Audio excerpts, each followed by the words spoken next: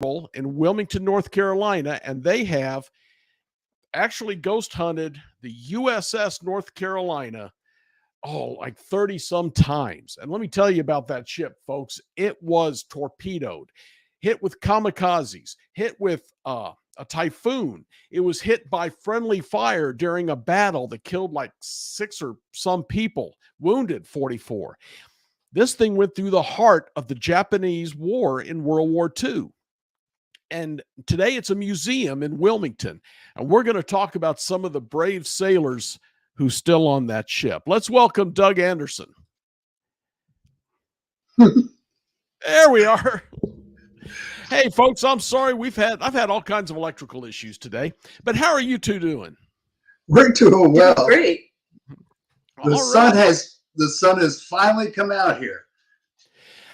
North Carolina's had its share of rain the last few days. You got that right.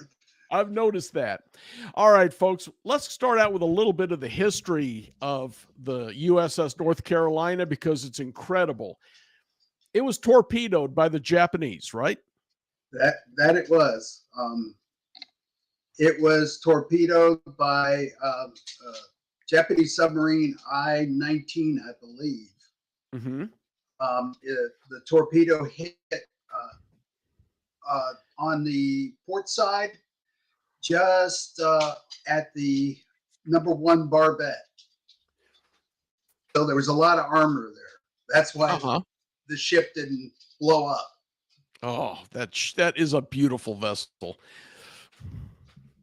It's gorgeous and well maintained. Yes. I was stationed, as I've told you all before, and probably a lot of these folks, in Wilmington on the Coast Guard cutter Northwind. And we was right across the river from that ship. And yet I never went to see it until I went back, 15, 20 years later. And I could not get over just the bakery was bigger than the whole galley of the Northwind. You know what I mean? Yeah. It was huge. And then friendly fire took out, 3, 4 people? 4 people. 4? Yeah. Okay. Yeah, sure did. It hit director number 5, I think. Mm-hmm. And there were 4 people killed instantly. And 40 some wounded, if I remember correctly from the article I wrote. Yeah, something like that. Yeah. Friends, I wrote an article last October. If you get a chance, if you haven't looked at the UNX magazine from last October, it was an incredible issue.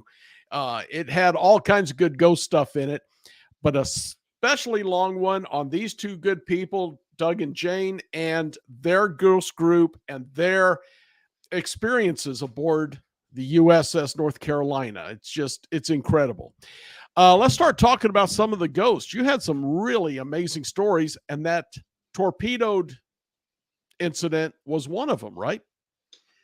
Yeah. The showers area, which was just below deck, where the torpedo hit, immediately started to flood. And there were several guys in the voids of the ship. Anybody familiar with Navy vessels know that the voids are spaces between the hulls. It's a double hulled ship. Right. And there's air spaces there, and there's also fuel in some of those spaces. So they go in there periodically to check to make sure there's no leaks. So the fellas were actually in between the hulls when the torpedo hit.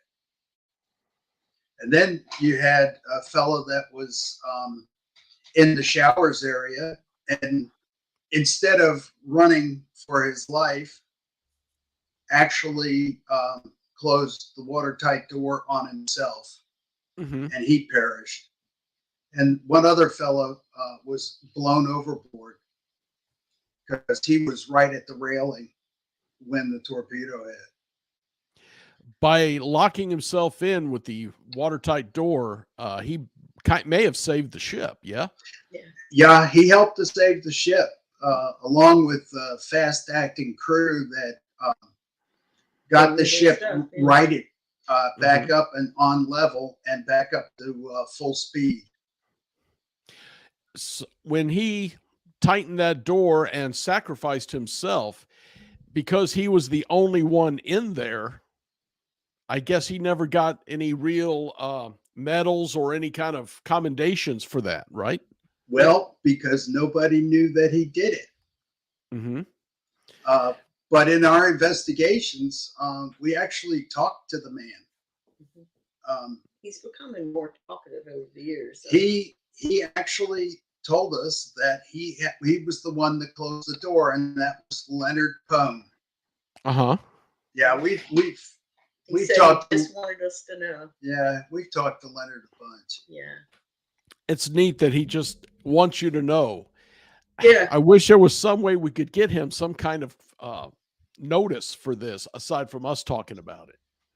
Well, yeah, he. We won't go into it, but the battleship does recognize ghost hunting facts and trivia. Yeah. So what we tell them doesn't really hold water. Well, I can't understand that too. It's hard to prove that for the many who Exactly. actually did do something and also have no evidence of it. Yeah. So I'll go along with that on them. As we discuss that, it brings up your methods of ghost hunting, which you are a medical professional, or retired now, I believe. But We you both bring are. this. What's that? Both us. Both of us. And you two bring a scientific way of ghost hunting into your repertoire, if you will. Yes. Absolutely. We don't use a lot of the bells and whistles and lights and sirens that a lot of other groups use. Right. Basically because with, these things going off, one, they're a distraction. Two, that's the biggest one. Yeah. If they go off, what caused them to go off unless you have some sort of evidence to go with it? Just because the light lights up doesn't really mean anything without corroborative evidence. Exactly. Yeah. EVPs are great. Photos are great. Yeah. Our psychic is helpful.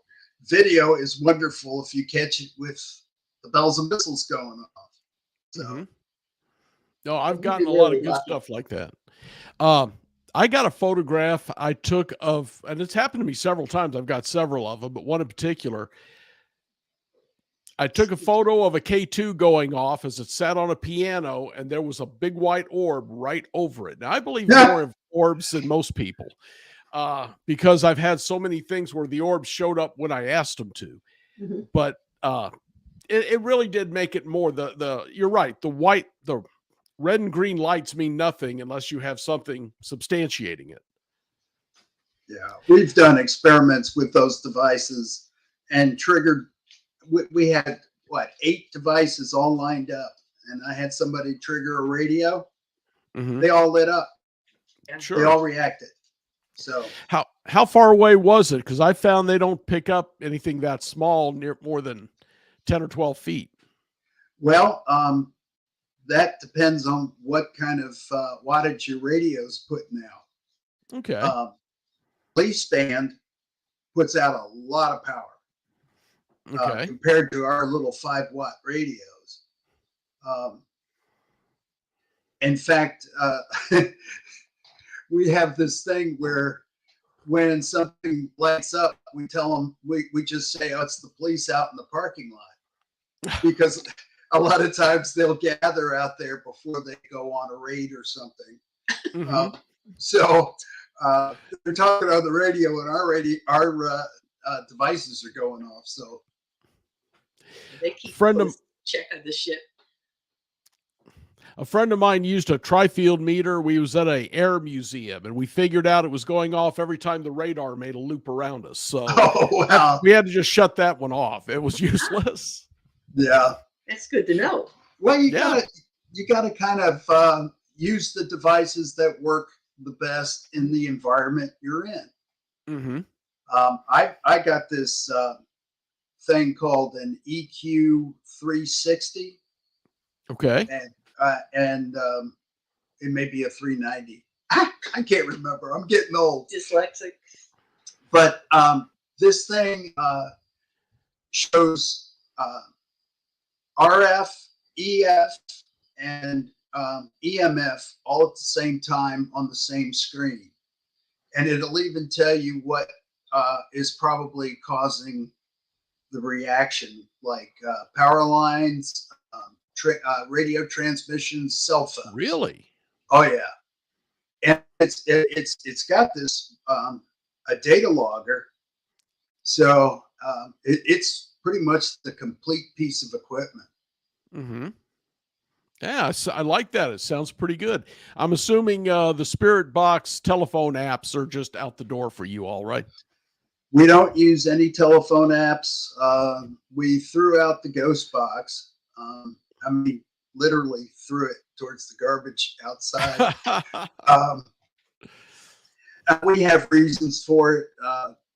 One of the main reasons is that we were in Ferry Plantation House, Virginia Beach, and got a voice that said they were from the battleship. Okay. So it's not specific to the place you're investigating. So what good is Well, could you have had an attachment from the battleship that came with you? it? Well, that was the only thing he said. Besides that, he met me in the wardroom, which is pretty specific. That's pretty interesting. Yeah. And I know Jane has a boyfriend up there. She's never actually, well, I think you did actually see him kind of in a way, but Yeah. I've seen him, what, twice? You've seen him how many times? I've seen him once uh-huh. in the engine room. And it was startling. Yeah. I thought. Was he? Go ahead. Was he the redhead? Yeah, Yes, he was. the Yeah. strawberry blonde. Yes. Okay. Muscular. Go ahead, Jane. It's your story. I would love to hear it. Well, there was the one time that I was on the deck for some reason. Oh, yes, I was in the wardroom by myself, and it got, as we say, too crowded in there. Mhm. And that means I wasn't alone. So I out the door, and I went on the bow of the ship to take pictures. Maybe I'd get something spooky. And I turned around to walk back. I saw Doug outside the wardroom. Mhm. And I took my flashlight and flashed it at him because we try to be quiet. And I walked to him. I kept looking down because, boy, you'll fall over anything over there. And I looked up, and there's something wrong. He was bigger than Doug, and his head went straight up, and I couldn't figure out what it was. And it wasn't until later on that I made it to the wardroom, and there was no Doug. He wasn't inside the ward. I let him have it. I saw him down at the stern of the ship, and I said, "Where'd you go? How come you left me there?" He says, "I wasn't there. They were up 3 decks up, watching me with my flashlight, wondering what the heck I was doing." And what I figured is that it was a guy in a pea coat or a heavier coat, but he had his Dixie cup hat on, and they all made it a little different. Yeah.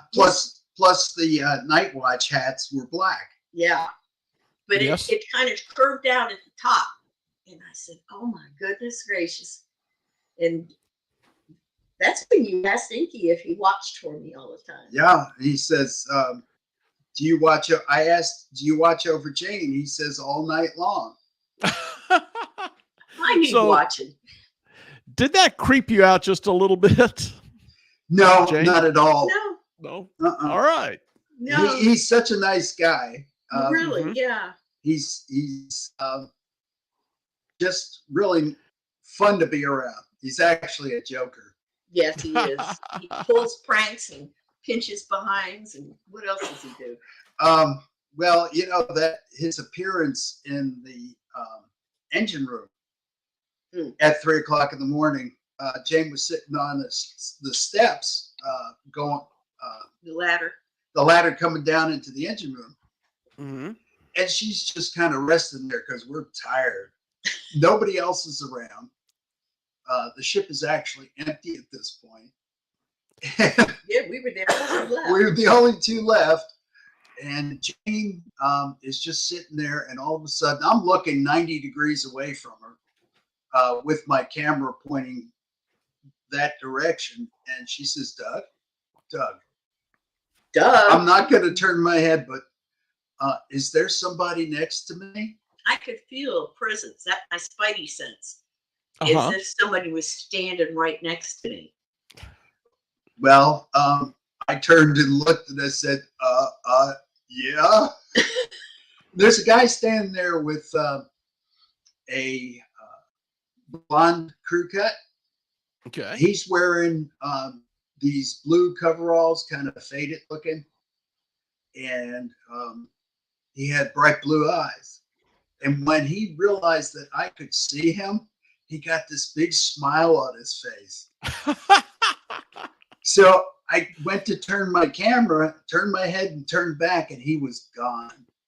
Okay. But I did look it up on online that the Navy used those coveralls that I saw him in.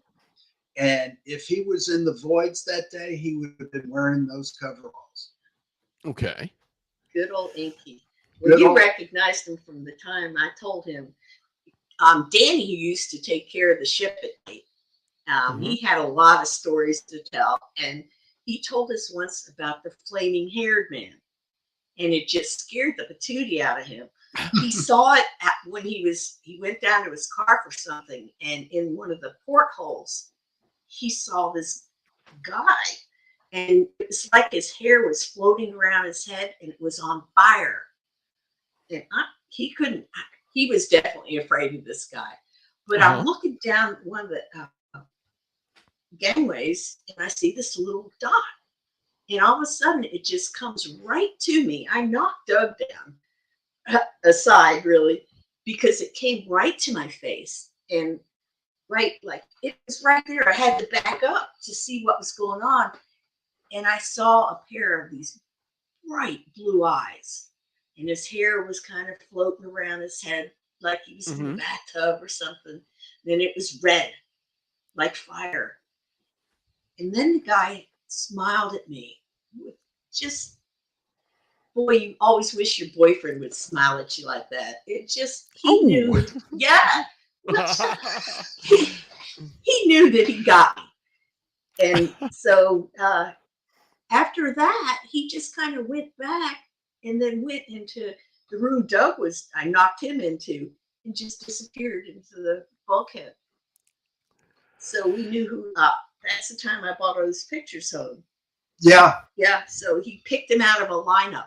Yep. She put all the pictures on the table. There were 5 of them, I think. Now, these are photos of the men who was aboard that ship in 1944, right? Correct.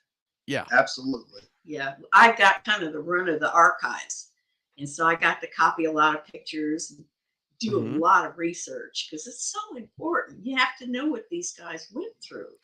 But absolutely. It was so easy to pick him out because he's so distinctive looking. With that bright, big, fat smile. Yeah. That was one of those eating grins. Sorry. Oh, you're fine. You're fine. That's very descriptive.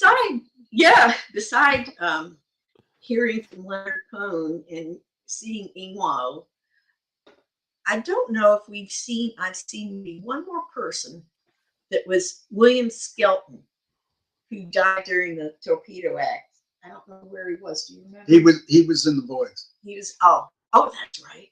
Anyway, I was down the ship early in the morning and walking through one of the gangways, and there's a little dog leg.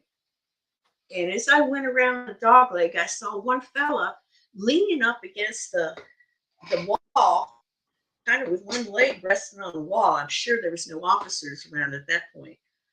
But I just went, holy cow. And I just looked at him, and he was a thin fella with kind of angular features, but very dark, wavy hair. And daggone, it matched the pictures of Skelton when we saw them. Yeah, Oscar Stone, Ingwald Nelson, and William Skelton were the three that were killed in the voids. That's so bad.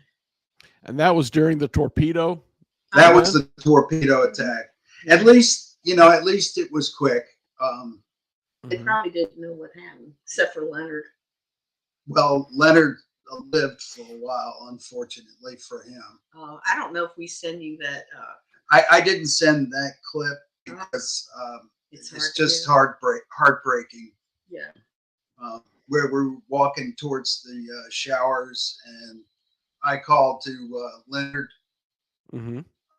I said Leonard, and the guy we were with, some stupid group, says Skinnerd, but in the background you hear a guy say Pone.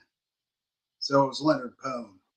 And then what broke my heart, I almost cried when I heard this. At that point, he says, hard to breathe. So he was choking on the diesel fumes, water, smoke, everything, because he was trapped in the showers. Yeah, he gave his life, and may have saved the ship. I mean, that's who knows what would have happened if that water had gotten out. Yeah, it would have gotten out into a bad part of the ship too. Yeah, right. They were able to flood some of the voids towards the rear end of the ship to lift the bow out, and so that where the torpedo hit was out of the water, and they boogied home. Yeah, and they closed got all the watertight doors closed, and pumped some of the water to the starboard side of the ship and got it on an even keel. And that ship at full speed will do 28 knots. They got it up to 23, I think. With those guys were awesome men if they could manage that feat. Not to mention repairing it underway. Yeah. Yep. They all knew their specific job, and it was just wild that they just did it. Love those guys. Yeah. Those guys. Is that when the ship went back to, I believe, San Francisco and got repaired and then went back into war? Yeah. Yeah. Yeah. It sure did. I think they stopped at the island of Tonga. Tonga had Buddha. Yeah, it's some of the men were buried on that island. Yeah. Oh, okay. Yeah, I guess they couldn't. Not all of them were. Not all sailors were buried at sea. If they put into a port, they were buried right then and there. Yeah. Okay. Well, that's what Memorial Day is for, is to honor men like that, because I don't think we're going to see their likes again. I mentioned in the article, I don't think the U.S. Navy will ever go through the kind of stuff that those men did in the 1940s. Never. And they were, it wasn't like we were divided like in Vietnam, anything like that. Yeah. Everybody was working for the whole country was doing the war effort. You know, rationing, and the women went to work and men went to war. I actually read a book called The Ship That Wouldn't Die. And it's actually the USS Laffey. Okay. Which is now harbored in Patriots Point, South Carolina. Yes. We're dying to get down there. You're not allowed to do paranormal investigations, but we can still take the tour with all sorts of gear. So, but at one point during the war, they were on I guess they were escorting at one point, and the Laffey was actually there with them. Okay. So, yeah, so they have something in common during the war. They were actually in the same action. Okay. Yeah, I'm going to Patriots Point myself in about 3 weeks, so I'm hoping to see that as well. Cool. Yeah. So let's kind of come down and see the battleship with us. Oh, when was I? I was there. I guess 2 years ago was the last time, but I will get there. folks, they invited me to go ghost hunting with them, but I'm in Missouri that weekend in October, so I just can't do it. That would have been fun. Yeah, get you Oh. and Brace. Now, some friends of mine was there, I think last weekend, Mhm. Stokes County Paranormal, which is real close to me here, ghost hunting. But you all don't do any public events like that, right? No, No. we do not. It's just our group.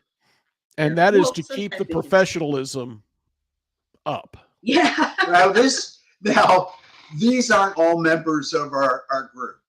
They come to our meetings and They know what we're about. they know what we're about. Some of them are group members. Some of them just wanted to experience it one time. Okay. Yeah, so we do ask other people to come with us, but kind of rarely, especially aboard the ship, because I think we've done investigations with 6 other groups. Mhm. This coming investigation will be my 35th. 35. I think the last time I talked to you, it was at 32. Yep, it's 35 now. Wow. And And we I'm get such great evidence. excited about going. You know, every time I go, I'm excited to go. of course. I miss the boys. Yeah. I really miss the guys. Oh, you mean you missed the spirits there? Yeah. Okay. Inky and Leonard, Yeah. They know us. They follow us around. they call us by name. Mm-hmm. hmm So So, you know, there may be more of the crew there. hmm We kind of got an idea that maybe Thurman Thompson was still there, Tommy Thompson. But he's never told us his name. It's a different voice. hmm So we're just guessing it's Tommy Thompson. and that apparition we kept seeing in the mess.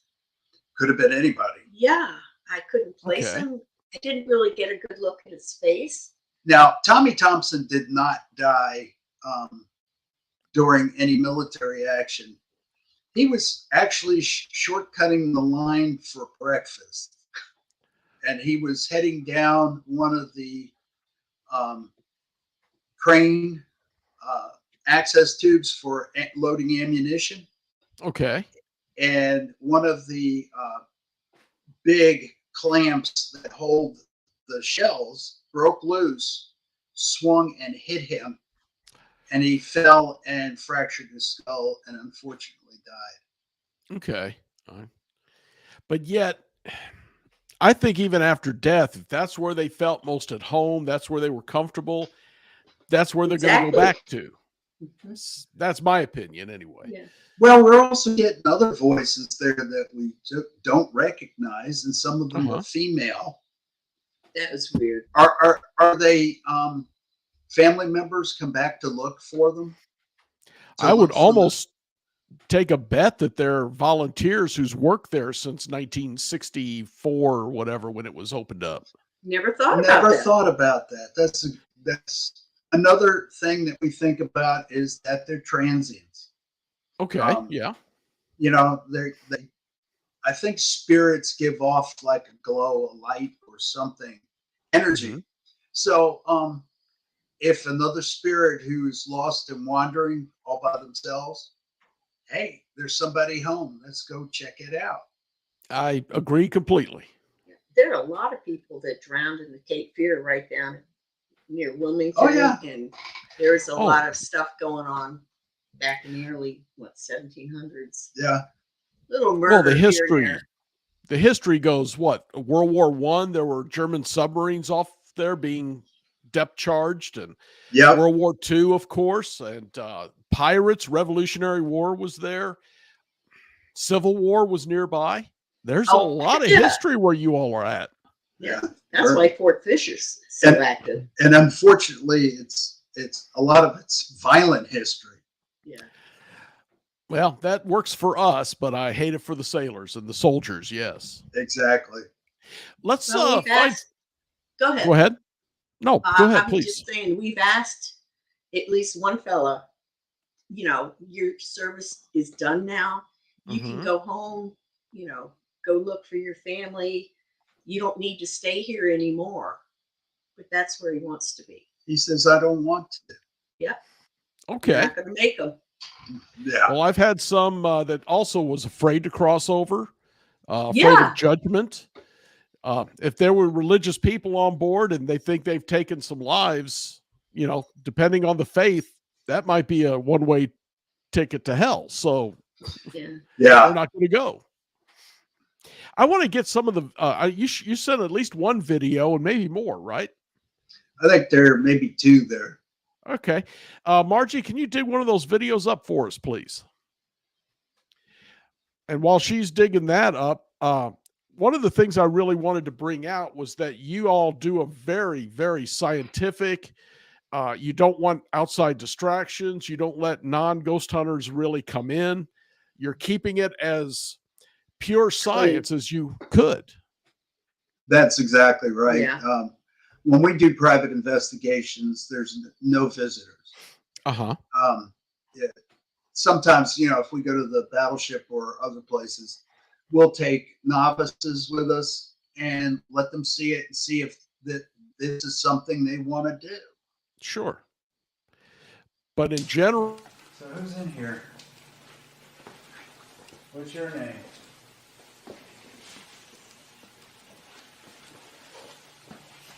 In here.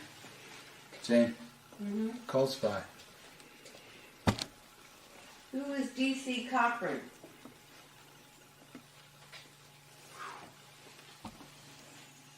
Who's in here?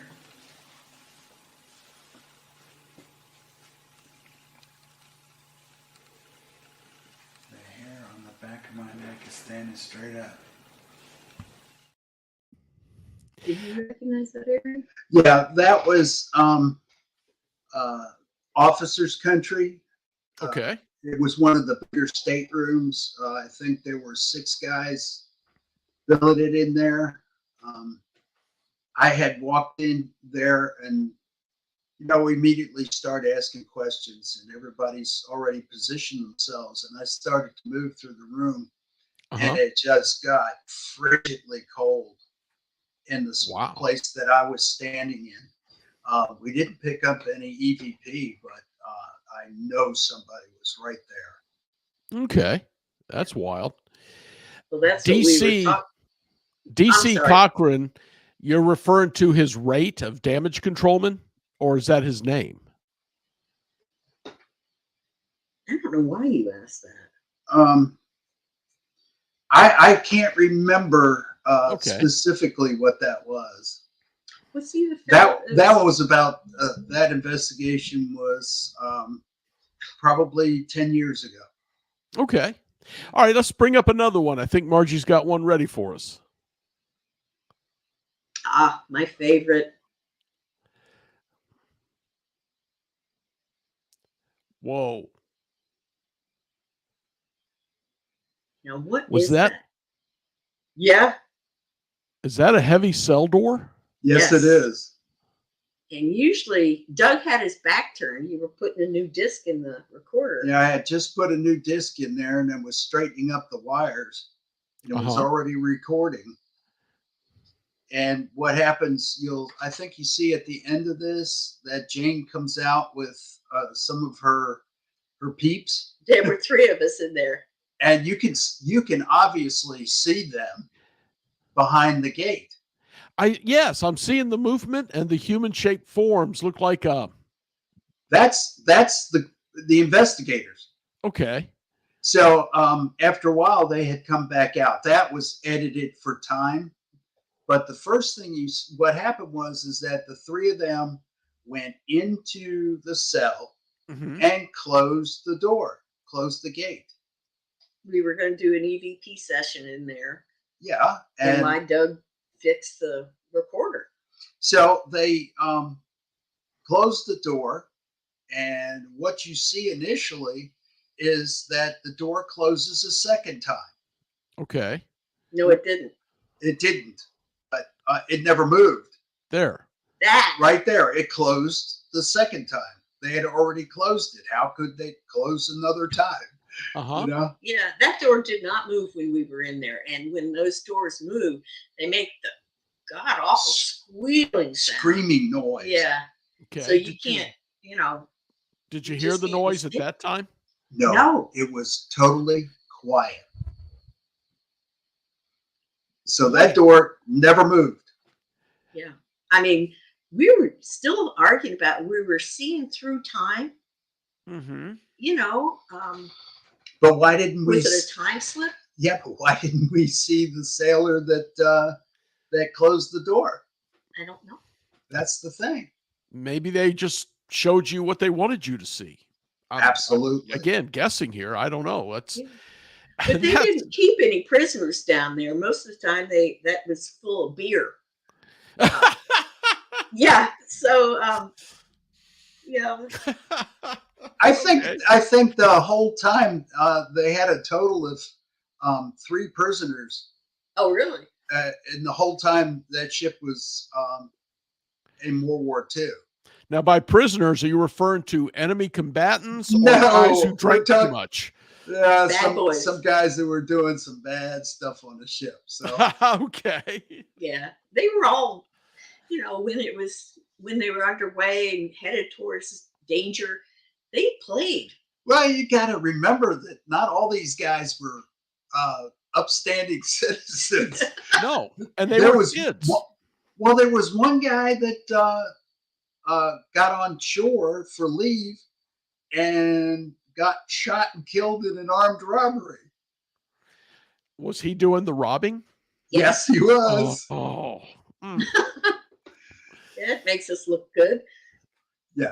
I'm sure the Navy was happy with it, but Oh, Yeah. what are they going to do? Okay, what do we got here, folks?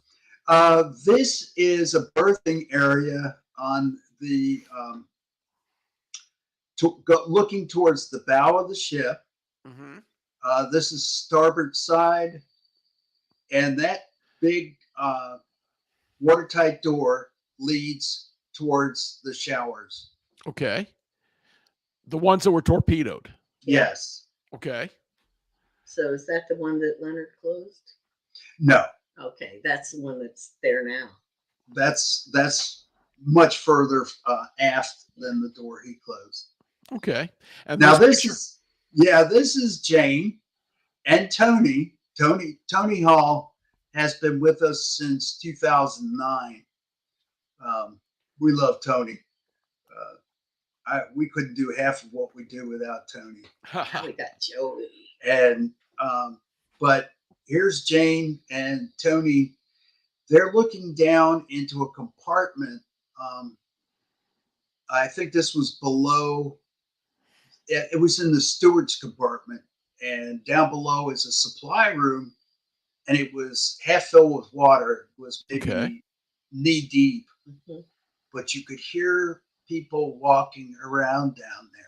Sloshing through the water. We have it on a recorder.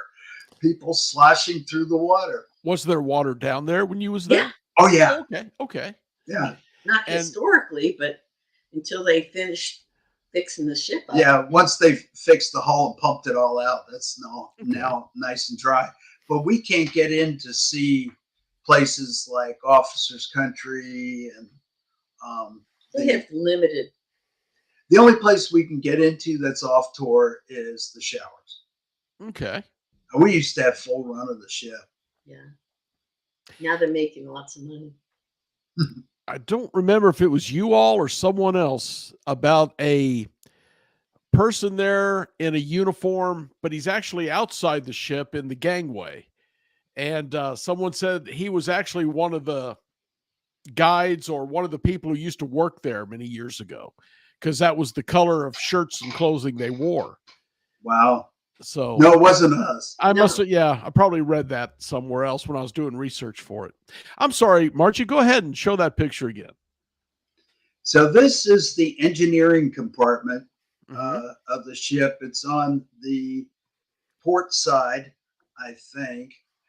Yes. You see all the paperwork that's laying there. Yes. Just like it was when they left. Exactly. All that paperwork is about repairs, maintenance, all sorts of stuff like that. This is actually the compartment where Inky disappeared after scaring the heck out of Jane. It was only the first time I saw him. Yeah, he flew into this room and went through the bulkhead and was not seen again that night. No, he Okay. did that on purpose. Folks, I got about 10 minutes left. I do want to hit some of the EVPs. Margie, if you could bring up one of those or a couple of those for us, please.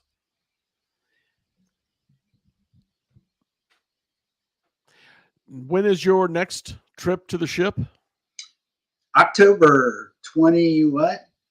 I don't know, 23. 20 something. Yeah, Okay. we'll Okay. worry about it closer to October, but we don't want to go during the summer because you just Oh, cook. You yeah. I was melt. going to say, in that big steel box, it's got to be terrible on them. And they were in the tropics when they were fighting this way. Yeah. I couldn't imagine it, but at least the ship was moving. Mhm. Yeah. So the ventilators were dumping air into the ship. At night, when we're investigating, they shut all the ventilators off You Uh-huh. can't hear anything. to reduce the noise because the noise would be deafening. Mm. So it just turns into a sweatbox. I mean, Well, the boys used to sleep on the deck sometimes. Okay. So, we're just wondering what we're going to find next time we go. Your friends, I'm sure. yeah. Margie, what's up? Dan, I'm sorry, but the EVPs did not come through on Oh, your okay. email. The Okay. message did, but no attachments. I'll be darned. All right. That's Well, a shame. Yes, Thank it is. All right. Thanks, Margie. We'll go. Do we have any photos left? Okay. There we go. Oh, goodness. Yeah, this is one Jane pulled a trick on me. She knew that the phones were being reconnected, and she told me to pick up the phone. So I picked up the phone, and I hear a dial tone and nearly dropped the whole thing. Well, one time, I redid a lot of the phones there. They're Bakelite or something. Mhm. And I brought one home, and Doug hooked it up to a 9-volt? I hooked it up to a 12-volt battery for our recorders. Okay. And it wasn't attached to any phone Anything. system. It was just all you heard was the buzz from the battery. Mhm. Didn't you hear it? And I put a suction cup microphone on it and recorded. I just left it. It was there for about 3 hours. Okay. Came back, and you hear a voice saying, "Hello," and then shortly thereafter you hear, "Doug." I don't. How did that happen? Phone calls from the dead. Phone calls from the dead. So Jane wasn't playing another trick on you. No. No, she didn't even know the phone was where the phone was. I had it hidden in a secret space, which Okay. was The Which- dining room. which was isolated. No, it was actually in the laundry room, Oh. and I had pulled the door closed. Oh. Because I'm always making noise. But yeah, we've had some really strange things happen with the battleship. And that's probably one of the most active places, people can go. I can't guarantee you'll see anything. Right. Because when you're looking, that's when nothing happens. We've recorded the ship's bell Hmm. ringing at 1 o'clock in the morning. How about the music? Yeah, music We all heard it, but it didn't record. didn't record, and it was "In the Mood" by Glenn Miller. Really? Yeah, Nice. And Tony and I were chatting, and he by accident recorded the ship's guns. Boom. the Boom. big 16-inch guns going off. Yeah. We were actually on the ship on the anniversary of the shelling of Okinawa, Okay. and you could hear plainly the reverberation, that concussive sound of the 16-inch guns going off. Mm. And they were right next to one of the barbettes, so of course they'd hear it. So you've got residual hauntings and intelligent hauntings all going on the ship. Absolutely. Last time we talked, you told me about, if I remember right, one that I guess it was probably residual crossing the mess deck, maybe. Yes. Oh, Yeah. I What forgot was- about we, that. we were hunting the battleship for a ghost ship. Jane was dressed up as, we were all dressed up as mad chefs. And we had our little places where we would jump out and scare people. Mhm. And Jane was sitting down taking a rest, and she looks over and I saw this big guy. He just walked from one end of the mess and went to the bakery and just went through the wall. there was no hatch or door ever there. No. And he seemed like he was awful high off the ground. Well, I actually saw him later do the same thing. Well, Okay. I saw that one. But his feet weren't touching the ground. I couldn't see his feet. And you could almost, you could see a little bit through him. He wasn't Mhm. totally black solid. You could see the little twinkly lights that we had placed in the mess. Okay. And then she saw him again. Yeah. Well, we saw him at the same time from two different locations. I couldn't wait to tell him. He says, wait, I got to tell you something. We both saw it. That's just incredible. And I think the best thing to bring from this is that you all treat these spirits very respectfully, as they Yes. are American warriors, American heroes. Absolutely. Yeah. And how do I They're say? our friends. Yeah. And Yeah. they come back to you. They react with you when they see you. Oh yeah, they'll follow us around all night long and tell us stuff and laugh and make jokes and pull stunts, Yeah. like slamming things right next to me. Yeah. They want to see me jump. Very high. That's But awesome. they also, I guess they got to know us like they did the people that work on ship, like Danielle. Uh-huh. Yeah, And because I was down on, but Danielle's afraid of maybe not. them. How could you be afraid of these guys? Yeah. I heard somebody say they were demons on the ship, and it just broke my heart. Oh, Because- yes. Bad things happen, but there are no demons on that ship. Right. Ugh. Yeah, and this guy said it right to a TV camera, and I almost choked. Was that another investigator or Yes, it was another group that we were investigating with, and he was talking to the news camera. Well, I know there are demons, they exist, but I've always told people if someone sees demons and molested children, you've probably got a quack. It's just Ugh. the quacks see those two things everywhere. Yeah. Yeah. Yeah. So, all right, folks, I know in the last couple minutes here, I do want to bring up that you have a monthly meeting in Wilmington for the folks in the area who can come and listen to you in person, right? Yeah, we always have some presentation that would interest somebody that's interested in the paranormal. Yeah, it's the last Friday of every month. It's at 6:30 at McAllister's Deli on South College Road. Okay. It's open to the public. Anybody can come. Mm-hmm. And we get a lot of people just dropping in to see what it's all about. I've been wanting to make one, but I've also been wanting to make Margie's down at home, Ben, Missouri, and I ain't been able to make those either. Margie, you got something for us? Got a couple of EVPs here if you want me to play them real quick. Let's play Wow. 2 more and then we'll end the show. That sounds great. You fellas still down there? You fellas still down there? Is that big is? Yeah. You fellas still down there?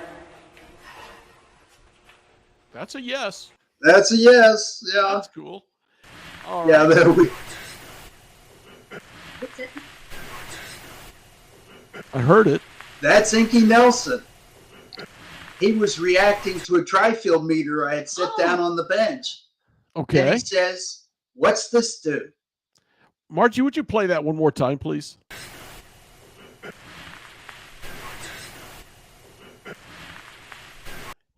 It is so Amazing. obvious. Yeah. Yeah. That's incredible. yeah. All right. Well, Sorry, guys.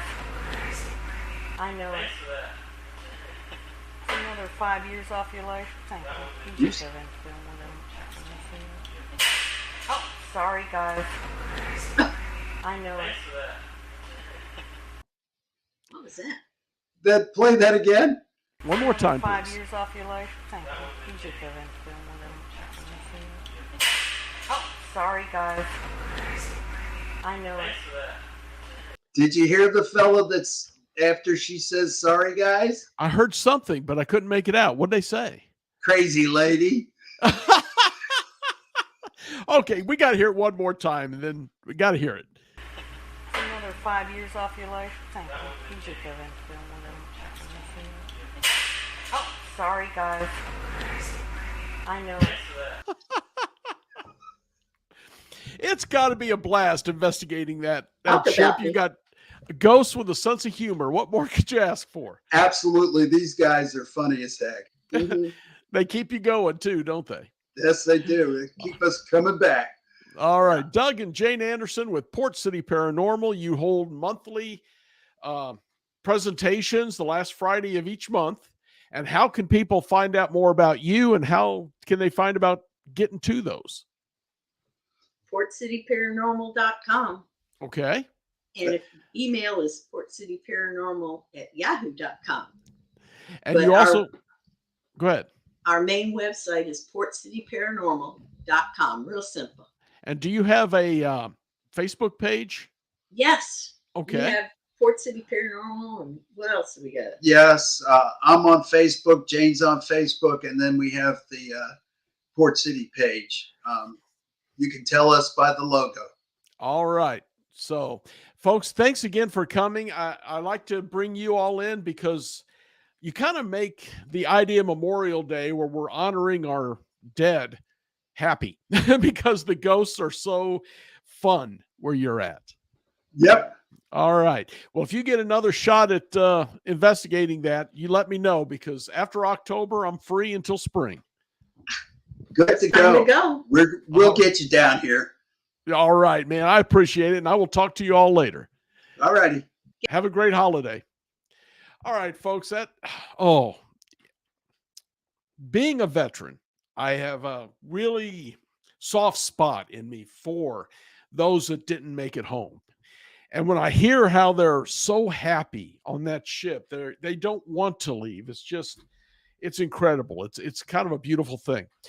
Now, that's how you can find out more about Port City Paranormal and Doug and Jane. They're great people.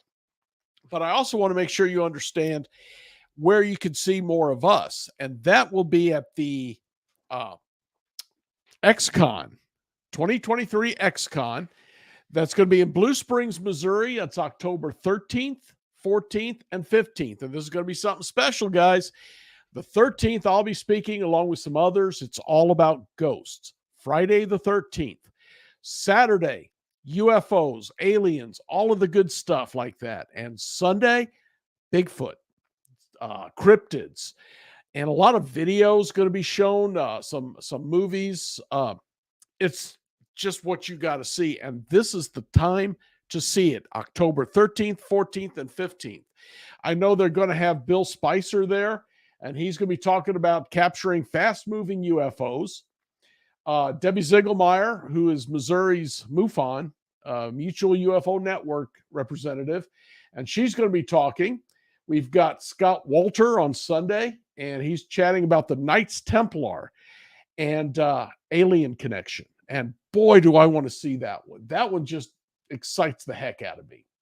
And there's going to be someone speaking on Friday night about demonology, as well as myself speaking about haunted places in Missouri. You can come down there, stay for the weekend, see the whole thing, and at one low price. So check us out. Get onto unxnetwork.com under the events tab, XCon. It'll tell you everything you need to know. And while you're there, got to bring this one up. While you're there, are you an UNX Network subscriber? Because this is where you go to do it. As long as you're there anyway, unxnetwork.com. Go down the page a little bit to the free subscription. And what do you get for all this seconds of time it's going to take you? Well, the monthly UNX newsletter, access to the X blog, and boys, that has been busy lately with all the ghost and UFO stuff going on. Missouri's in a flap right now. And also a free digital copy sent to you of the quarterly UNX magazine. All of this just for joining up. So get on there, join up, and you're going to love it. You are really missing out on this. Margie, is there anything else before we shut it down for the night? Yeah, we're running short, so we got to shut it down. Thanks, Dan. All right. Thank you, Margie. Take care, folks. Happy Memorial Day, and stay spooked. Good night.